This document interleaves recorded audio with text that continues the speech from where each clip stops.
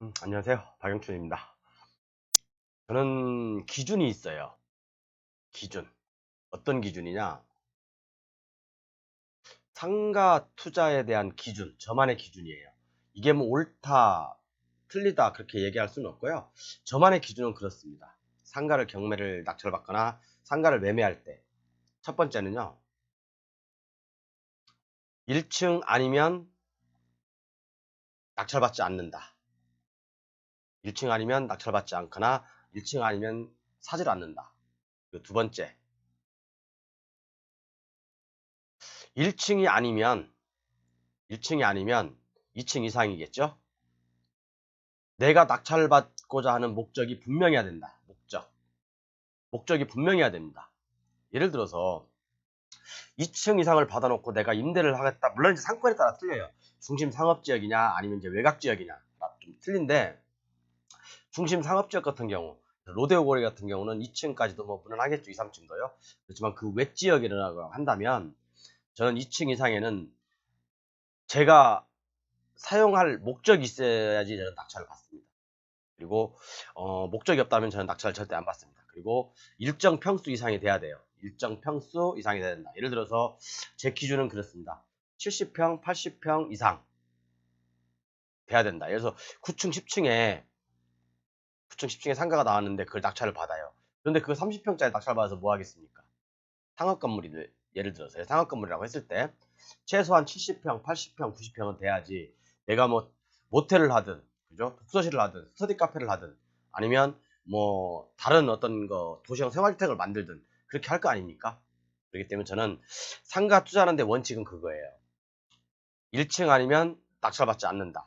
그리고 2층 이상은 내가 나중에 목적하지 않는 사업이 없다면 저는 낙찰받지 않습니다. 그리고 2층 이상은 일정 평수 이상이어야 되고요. 제 기준은. 그다음에 반드시 내가 어떤 사업을 하다가도 반드시 내가 어떤 사업을 거기서 진행하고 있다 하더라도 출구 전략이 있어야 된답니다. 출구 전략. 출구 전략이라는 것은 다시 재임대를 한다든가, 그죠? 아니면 매각을 한다든가, 이런 출구 전략이 반드시 있어야지 저는 2층 이상의 상가를 딱 잡았습니다. 자, 그래서 재밌는 물건이 하나 있어요. 2016년의 물건이거든요. 이게 제가 참 봤던 건데, 근데 어떤 유튜브께서도 이걸 강의를 했다 하더라고요. 그런데 제가 한번 다시 볼게요. 근린상가인데 15평, 건물 면적이 15평이에요. 5평인데 대충 위치를 한번 보여드릴게요. 2016년에 나왔던 물건인데 저도 관심이 있었어요. 사실은 이 물건에 대해서. 2층 물건이 여기 이제 여기 2층 중간쯤에 있는 것 같아요. 여기 전가복이라고 음식점이에요. 음식점인데 밑에 내려보면 저도 이 월세 2016년에 꼭 갔거든요. 사실은요. 보증금 3천에 월 300이에요. 보증금 3천에 월 300이 나오더라고요. 15평에서 15평에서요. 15평에서 보증금 3천에 월 300이면 참 괜찮죠. 저 임장도 갔다 와봤습니다. 이 당시에. 근데 보니까 요게 그 위치를 제가 이제 그 당시 보면서 공단 안에 있는 거예요. 여기 보시다시피 다 이게 공단이거든요. 여기가 이제 산업단지, 국가산업단지예요. 이제 남동 국가산업단지인데, 국가산업단지에 보면 이제 항상 산업단지 안에는 이제 지원시설이라고 하면 이제 상업시설이죠.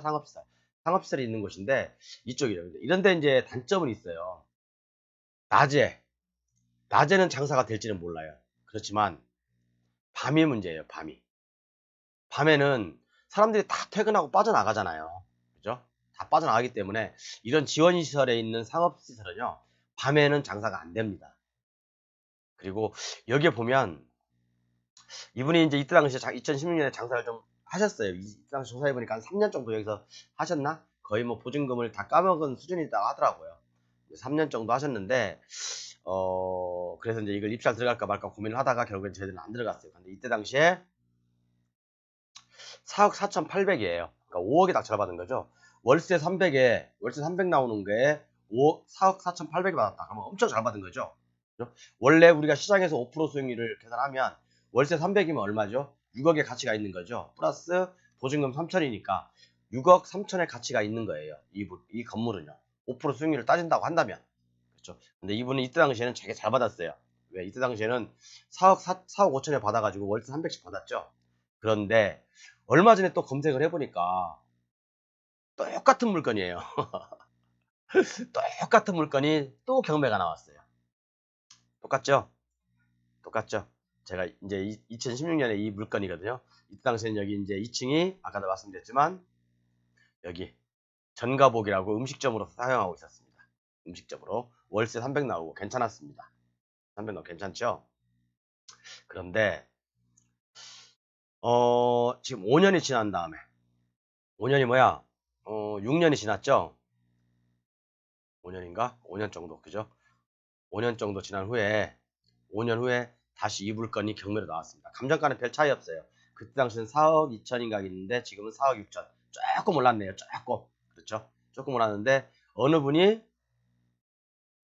3억 7천9백에 받아갔어요. 3억 7천9백. 그래서 여러분 볼게요.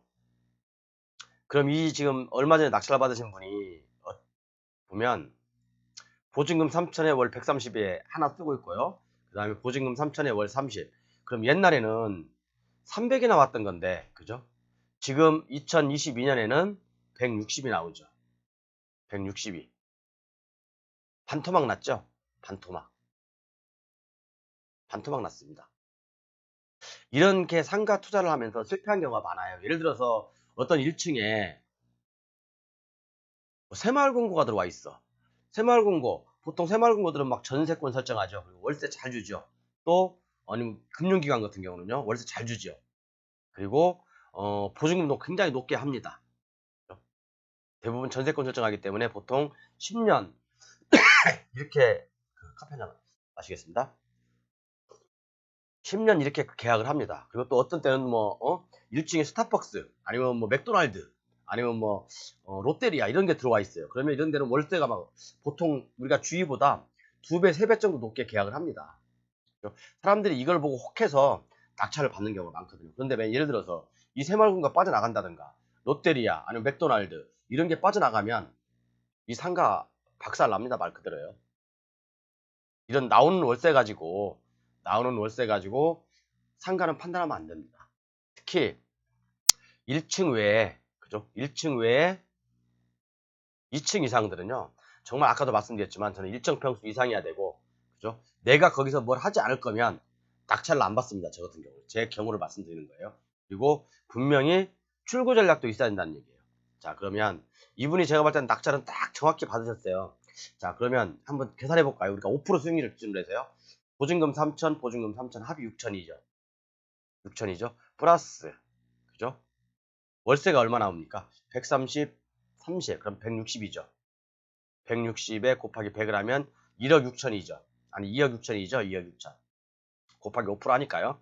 2억 6천 나오죠. 거기다가 임차 보증금 더하면 3억 2천.